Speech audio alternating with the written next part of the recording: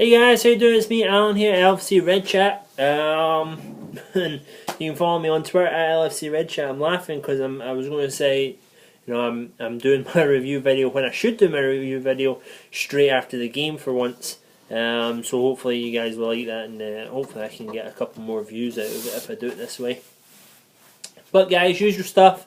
5 things you need to know. We'll go through the stats, my man of the match, and then we'll look towards the next couple of games coming up. Let's get stuck into it. Let's get stuck in. Number one thing that we learned from Mignolet. I see a couple of videos, in the last few videos, on and on and on again. Mignolet has really turned the corner for me. I think he's back to being a really good, solid goalkeeper, both from the positional point of view and also he always was a good shot stopper. And I think that was proved again today against Ba with his effort, and that for Besiktas was the only effort recorded on target. So apart from that, he had a pretty quiet night. Number two thing that you need to know: Joe Allen offers absolutely hee-haw donkey dick nothing in that defensive midfield role.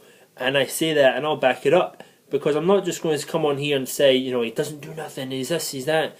But his key point, what Lucas does so well, is link that back three to the forward midfield. Okay, Lucas does that so well, collecting the ball and moving it forward. You saw it with Emre Can as well. I'll get on to him a little bit later. When he moved up into that position, he comes back, he collects the ball from the back three, making it very easy so Sacco doesn't have to hit big long ranging passes across the field, across the pitch, and you don't have to have Skirtle trying to clear the ball away upfield and stuff like that. You don't get that, because Lucas or Shan come back and collect the ball.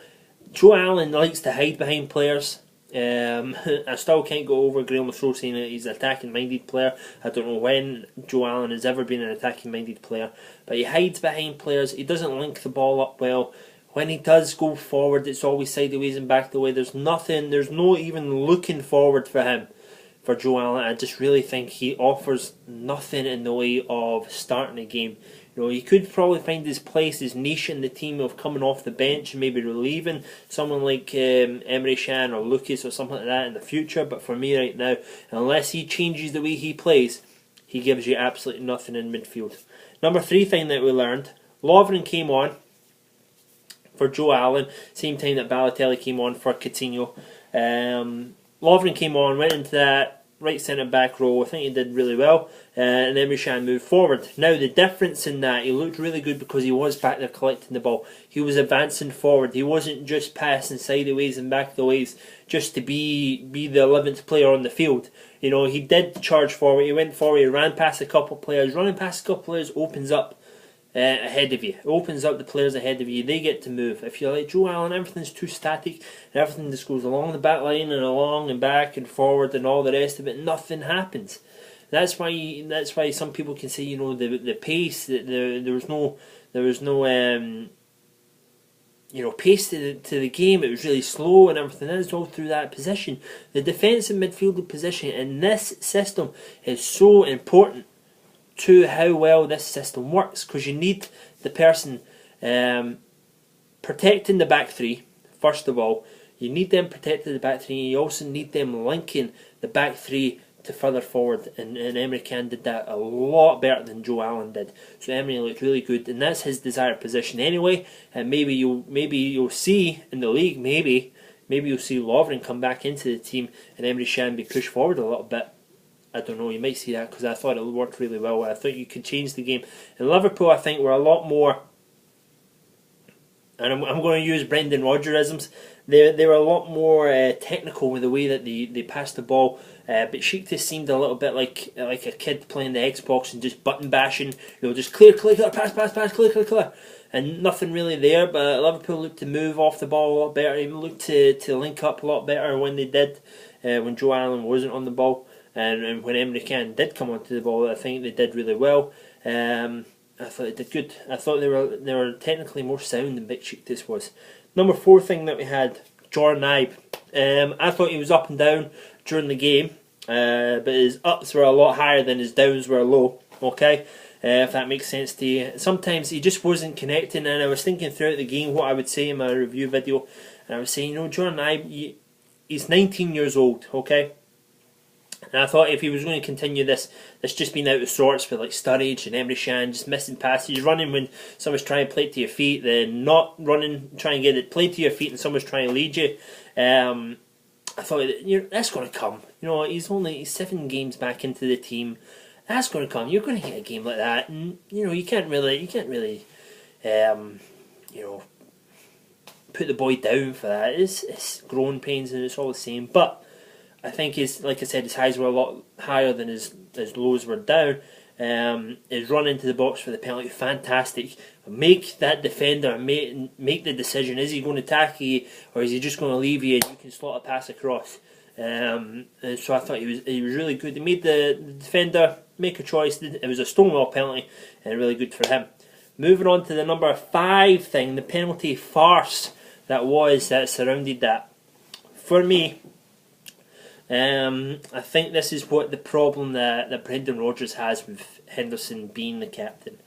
I think other players, older players than Henderson, see Henderson as a younger player, if you know what I mean. I want to try it out. They see him as a boy, okay? They see him as a boy. That's what I'm trying to say. He's not old enough to command that team, and that's what you saw there. Could you ever in your life, see Balotelli taking that ball off of Stevie Gerrard? Never. Not in your Nelly. Never ever would he even attempt to take the ball off Stevie Gerrard over the penalty. But what makes it right in taking it off Henderson? Henderson's wearing the armband. Henderson's the captain, El Capitan. If it was me that was standing up there, I would have said, Balotelli, get the fuck. See this one? See this here? This is the armband. Go fuck off. I'm taking it. Or Sturridge is taking it, or whoever. But they kind of pushed him over, and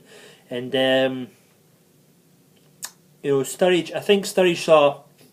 I'll go into how Sturridge reacted to it. Sturridge, kind of shepherded Henderson away. Get away from him. He's going to take it. Now I think that shows leadership in Sturridge, because Sturridge recognised, okay, nothing that you're going to say to Balotelli is going to make this situation any better. Okay, Balotelli's going to take it whether you like it or not. If you place the ball down, Balotelli's going to run in the box and fucking hit it if he wants to. That's the way he is. So I think Sturridge saw the situation, because Hendo, nothing you can say is going to make this any better. Let him take it.